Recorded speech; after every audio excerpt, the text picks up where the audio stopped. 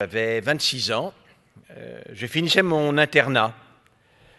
J'étais interne dans un hôpital parisien, l'Hôtel-Dieu de Paris, de garde, le soir. C'était après dîner, je crois.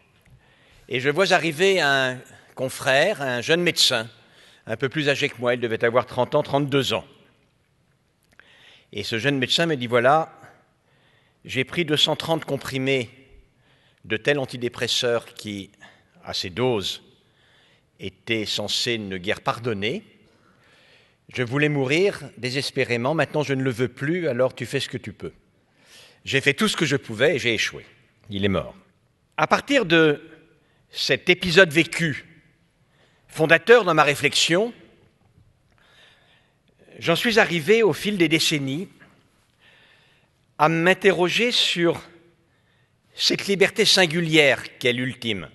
Et j'en suis arrivé à la reconnaissance de cette absolue évidence qu'il y avait un paradoxe très singulier dans l'ultime liberté.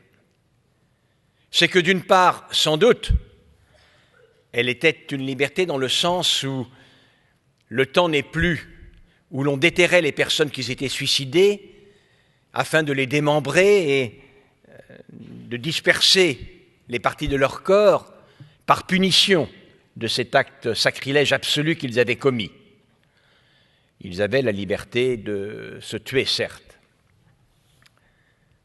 D'un autre côté, l'ultime liberté a la caractéristique de n'être jamais une liberté comme on l'entend habituellement. Je peux croire que je suis libre lorsque se présentent à moi différentes possibilités, que ces différentes possibilités sont raisonnablement ouvertes, raisonnablement plausibles, qu'il me faut faire un choix et que par conséquent, je décide librement, une solution, de m'engager dans une des voies qui m'est ainsi offerte.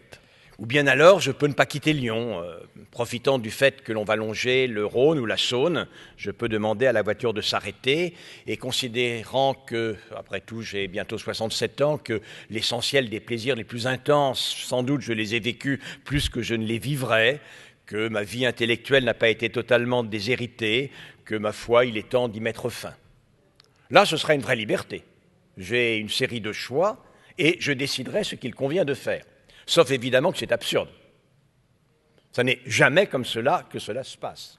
La demande de mourir a cette caractéristique que certes, c'est une ultime liberté, mais que c'est rarement dans des circonstances que l'on dit libres, c'est-à-dire celle d'un choix réel.